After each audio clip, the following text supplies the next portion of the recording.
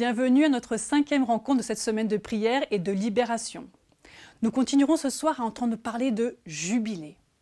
Alors que nous arrivons à mi-parcours de notre semaine ensemble, nous avons compris que cette fête juive peut encore s'appliquer à nous aujourd'hui. Nous avons compris qu'après la pluie vient le beau temps. Et je vous le demande, avec qui souhaiteriez-vous le plus vivre ce temps de joie et de victoire ? Le pasteur Olivier Rigaud va nous faire découvrir qui est l'invité spécial de cette fête. Mais avant de donner la parole, offrons notre louange à notre Dieu et préparons notre cœur et notre esprit à le recevoir en nous ce soir.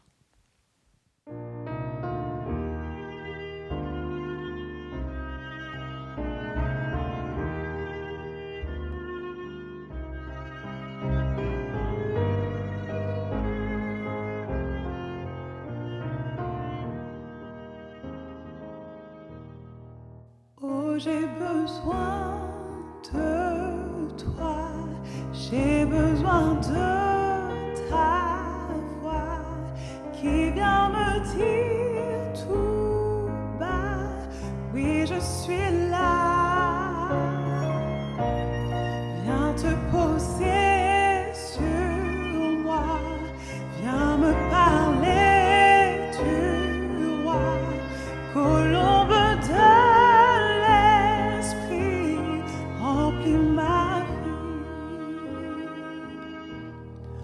oh, parle-moi du ciel, toi qui es éternel,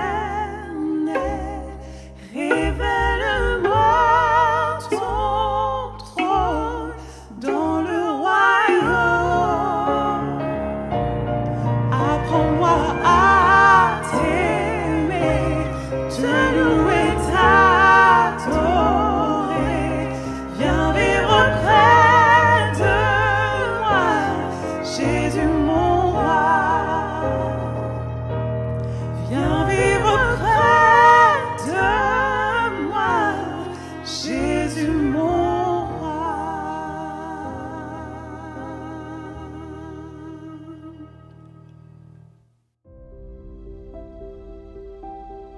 La prière est le pouvoir par lequel se produisent des choses qui autrement n'auraient pas eu lieu.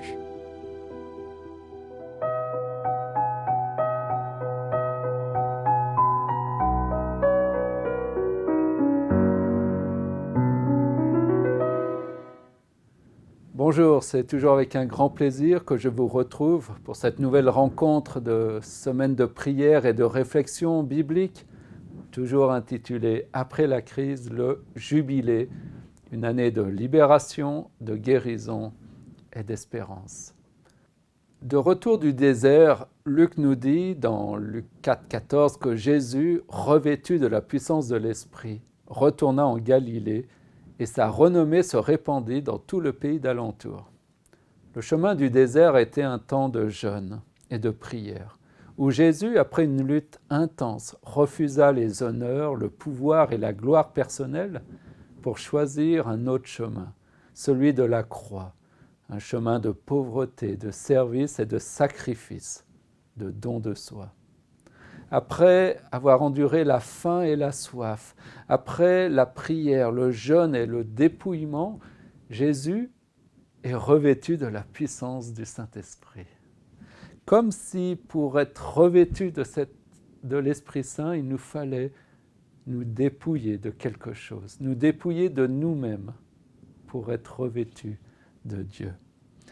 Sans cette onction spéciale, Jésus n'était pas qualifié pour le ministère, tout comme nous ne le sommes pas sans cette onction. D'ailleurs, dans l'évangile de Luc, au chapitre 4, Jésus explique le sens et la raison d'être de cette onction de l'Esprit Saint. Un texte que nous commençons à bien connaître lorsqu'il dit « L'Esprit du Seigneur est sur moi parce qu'il m'a oint pour faire quoi ? Pour annoncer une bonne nouvelle aux pauvres. Il m'a envoyé pour guérir ceux qui ont le cœur brisé, pour proclamer aux captifs la délivrance et aux aveugles le recouvrement de la vue. Il m'a oint pour renvoyer libres les opprimés. Il m'a oint pour publier une année de grâce du Seigneur. C'est par la puissance de l'Esprit que le royaume de Dieu se manifeste sur terre. C'est vraiment la clé de toute mission qui désire manifester le royaume et le règne de Dieu sur terre.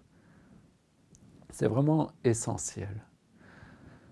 Le jubilé du Christ doit être proclamé à toute l'humanité par la puissance du Saint-Esprit, parce que seul lui peut apporter la libération, la guérison et la grâce de Dieu dans une vie soumise à la puissance du mal et à l'esclavage et à la tyrannie du péché.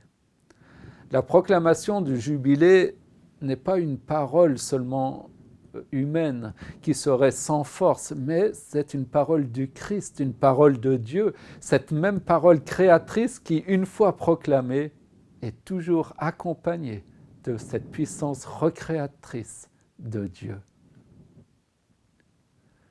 C'est ici la parole que l'Éternel adresse à Zorobabel. Ce n'est ni par la puissance, ni par la force, mais c'est par mon esprit, dit l'Éternel des armées, dit le prophète Zacharie au chapitre 4, verset 6.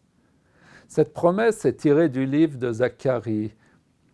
Zorobabel est invité à reconstruire le temple de Jérusalem, mais l'entreprise semble impossible.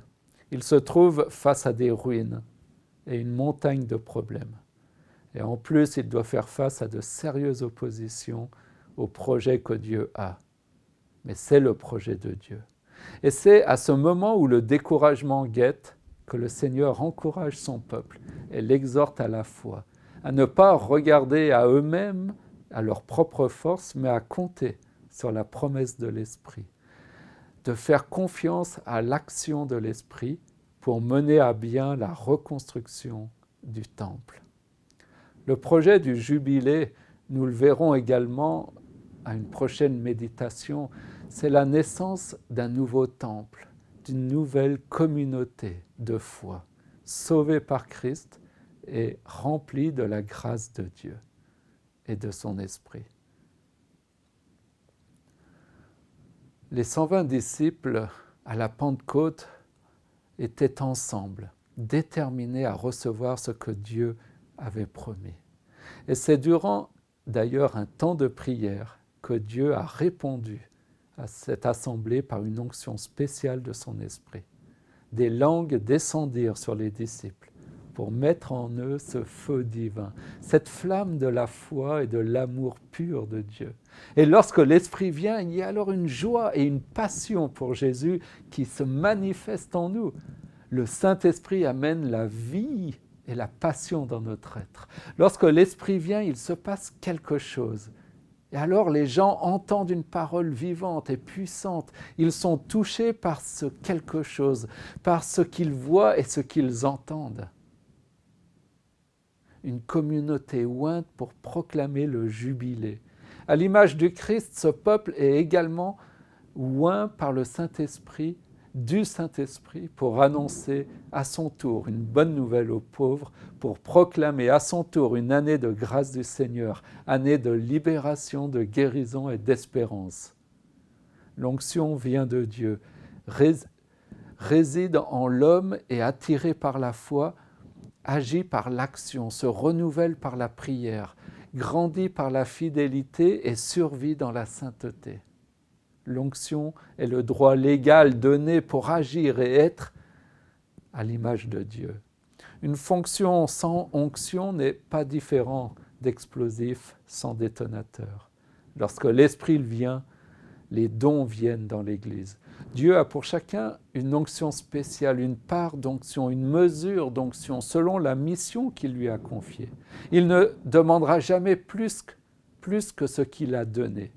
Il s'agit de désirer la part qui me revient. Pas de jalousie ainsi. Chacun a sa place, son don, son ministère et son appel. Le jubilé, cette fête de la grâce, de la libération et de la guérison s'incarne pleinement à la Pentecôte. Cette fête du Saint-Esprit répandue dans les cœurs des hommes de bonne volonté.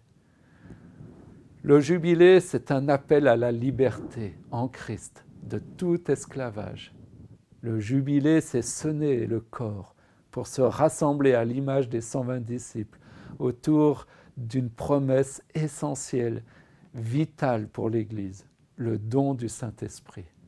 C'est s'unir et rechercher avec foi et enthousiasme la volonté de Dieu, la promesse de Dieu d'être oint pour son œuvre, pour son ministère. Il est venu le temps de se réveiller pour tous ceux que Dieu a appelés à ce réveil. Beaucoup peuvent s'opposer à cette œuvre de réveil car ils ne veulent peut-être pas changer ou encore moins se repentir de leurs mauvaises œuvres. Alors peut-être ils critiqueront ou condamneront ou s'opposeront. Mais peu importe, Dieu ira au bout de son projet, même si les pierres elles-mêmes devaient crier de sa part. Le prophète Ézéchiel, malgré sa vision d'une vallée remplie d'un tas d'ossements de morts, représentant à son époque l'état spirituel de son peuple, du peuple de Dieu, dira avec assurance de la part de Dieu, « Vous saurez que je suis l'Éternel lorsque j'ouvrirai vos sépulcres et que je vous ferai sortir de vos sépulcres, ô mon peuple. Je mettrai alors mon esprit en vous et vous vivrez. Je vous rétablirai dans votre pays et vous saurez que moi, l'Éternel, j'ai parlé et agi, dit l'Éternel. » On trouve ce texte dans le livre d'Ézéchiel au chapitre 37, versets 13 à 14. Il y a cette promesse, vous vivrez malgré la situation, malgré ce que vous traversez de difficile, vous vivrez. Dieu promet la vie car il est un Dieu vivant. Il est le Dieu de la vie. Oui, peut-être que nous portons ce même constat accablant en ces temps difficiles. On pourrait dire comme le prophète Israël, le prophète Ézéchiel, nos os sont desséchés, notre espérance est détruite et nous sommes anéantis. Mais ce que je découvre aujourd'hui, c'est que je peux vivre, naître de nouveau grâce à Dieu, grâce à sa grâce. Peu importe les circonstances extérieures, cette promesse de Dieu, tu vivras, et pour moi, pour aujourd'hui, pour vous, pour maintenant. Mais Ézéchiel fait aussi une autre promesse qui nous rappelle la fête du jubilé.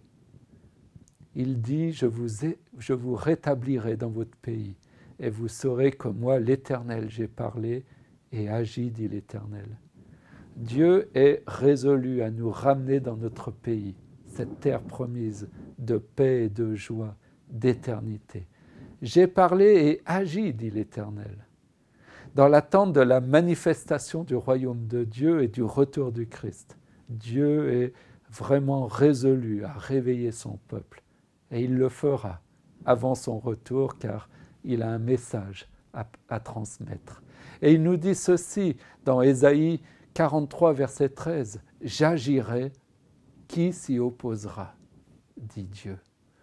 Certainement, il existe de nombreuses et puissantes oppositions à la proclamation de l'évangile du Christ, de ce jubilé de grâce. Toutefois, la volonté de Dieu de sauver prend le dessus sur toute autre volonté et attitude. Il est toujours vainqueur. Ses desseins s'accomplissent. En d'autres termes, Dieu finit toujours ce qu'il a commencé. Dieu est le Dieu du salut. Essayer d'arrêter le salut, c'est essayer d'arrêter Dieu lui-même et c'est juste impossible. Alors Dieu ira au bout. Et lorsque Dieu a quelque chose sur le cœur, il arrive toujours à ses fins, quels que soient les obstacles. C'est merveilleux ce Dieu-là. Prions que je ne sois pas cet obstacle, le seul que Dieu ne peut pas vaincre. Croyons en Dieu et recevons l'onction de son esprit pour entrer dans cette fête du jubilé, cette fête de la liberté, car Paul dira dans 1 Corinthiens 3, 17, « Là où est l'Esprit du Seigneur, là est la liberté. » Amen.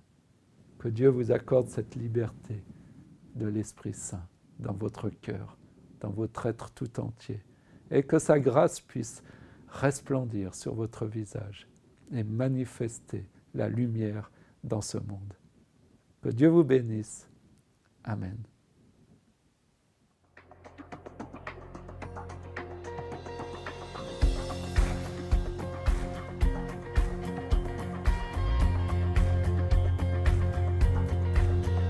Un chant s'élève, les cieux se tournent vers toi,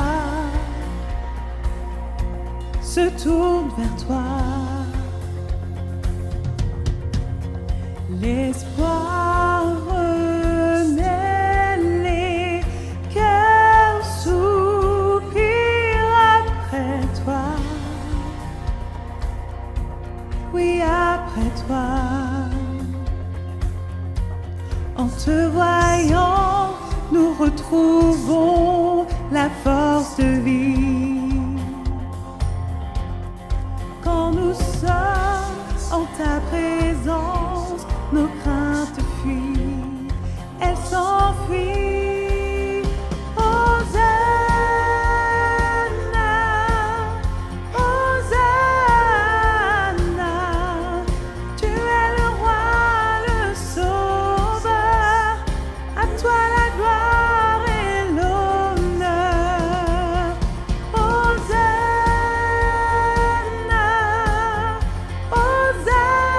Hosanna, nous t'accueillons parmi nous. Sois le bienvenu, ô Jésus. Entends le son des cœurs qui reviennent à toi. Reviennent à toi. Dans ton royaume, les vies brisées sont restaurées, sont restaurées. En te voyant, nous retrouvons la force de vie. Quand nous sommes en ta présence, nos craintes fuient, elles s'enfuient. Hosanna,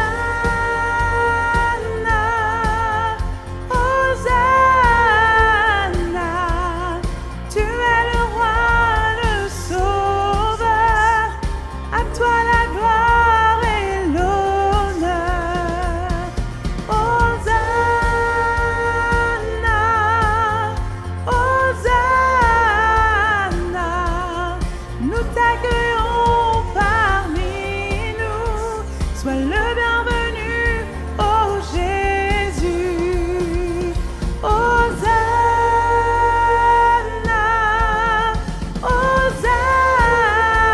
Hosanna, tu es le roi, le sauveur, à toi la gloire et l'honneur. Hosanna,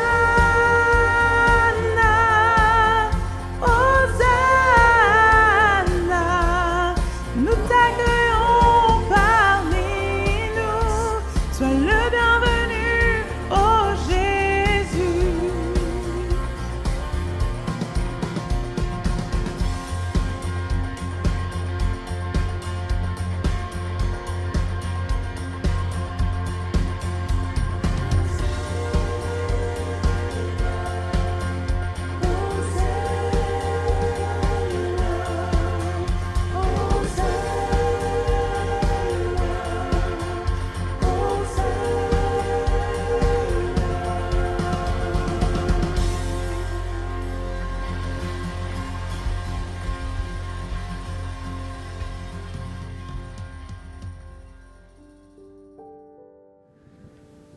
Merci Seigneur pour cette promesse merveilleuse du don du Saint-Esprit.